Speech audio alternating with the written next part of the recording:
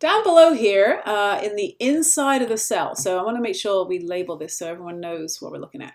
This is the inside of the cell. This is our phospholipid bilayer, the barrier, and then this is the outside environment.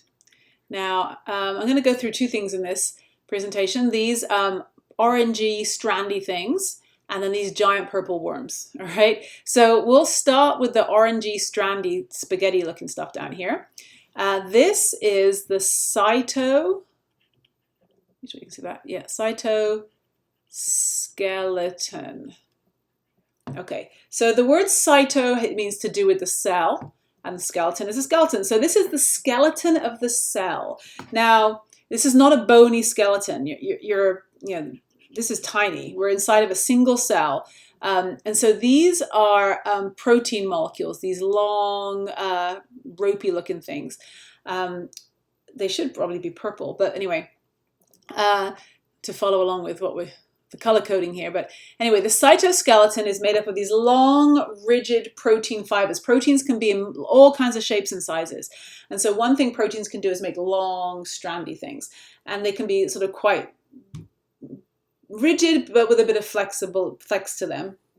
And so I want you to think about the cytoskeleton inside as kind of like the tent poles inside of a tent. So if you were to imagine a tent, when you take it out of the bag, it's just like a flat piece of fabric, and it doesn't have any shape or structure until you put the tent poles inside, and the tent poles kind of poke it out in different directions and build it into whatever shape the tent's going to be, right? Kind of the same thing with a cell. A cell is just a membrane baggie with water inside. So if you just had it on your hand, it would just flop flat like a Ziploc baggie full of water. So to give this cell its shape, its three-dimensional shape, you have to start kind of poking it out and holding it into these shapes. And that's what the cytoskeleton fibers are there for. They can be built in all kinds of different shapes. So you can have a long flat cell, you can have a cubic cell, you can have a long skinny cell.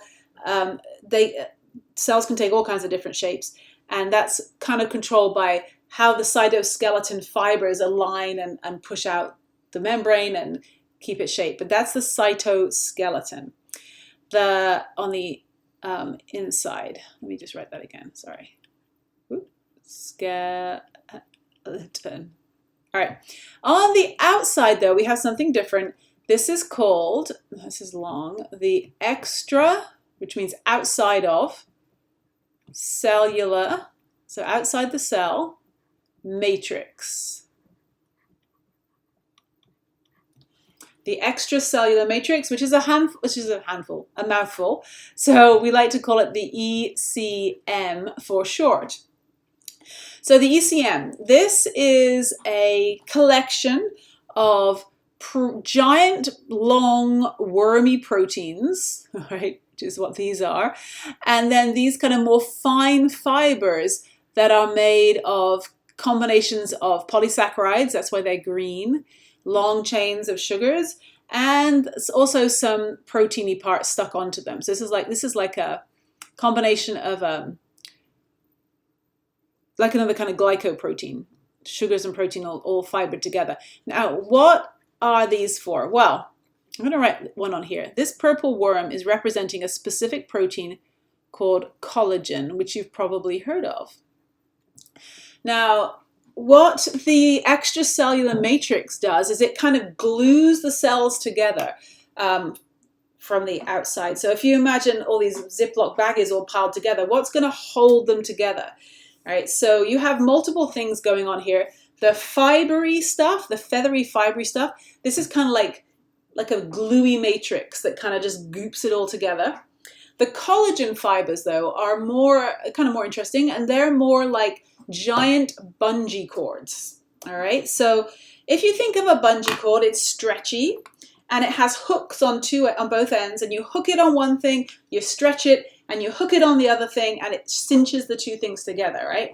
And that's kind of what you can imagine collagen doing here. Here, look, it's hooked into the membrane. So it's anchored in here, and then this fiber is going to stretch all the way across to the neighboring cell over here, where it's going to, can't see it on my diagram, where it's going to hook in to the neighboring cell. and it's going to sort of cinch these two cells together so that they kind of are close together. And so these giant collagen bungee fibers and this more feathery glycoprotein on the outside kind of just cinch and glue all the cells together to make them all stick. So that's how your liver doesn't disintegrate. Or if you buy a steak, which is basically a bunch of cells all glued together, it doesn't fall apart. It's held together by all the collagen fibers that glue the cells together. Now, collagen is interesting. Over time in our body, we make less of it and it gets destroyed. And so our cells become sort of less and less elasticy. And you can see that in your skin, right? So, you know, a young kid, if you kind of pinch the skin on their hand, it springs right back. It's really bouncy. Now, as you get older, it gets maybe less bouncy. When you're kind of middle-aged like me, you know, I can pinch it up and it will stay. It will go down slowly, but it's not quite as bouncy as it used to be. And if you have an old relative, you can ask them very nicely. If you can test their collagen, you can see on their hands it probably won't bounce back very quick at all. And that's also what's happening on your face as you age and get wrinkles. The collagen is gradually over time degrading, and it's going to lose its sponginess, and so eventually your skin will start to not be so springy, and that's what causes wrinkles. And there's really no way to avoid it. It's kind of one of those things. But I guess it is interesting to understand why it happens.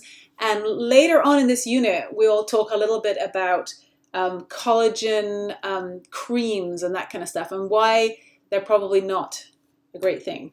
Probably just a waste of money. Anyhow, we'll get to that later. But this was the extracellular matrix and the cytoskeleton part of this diagram.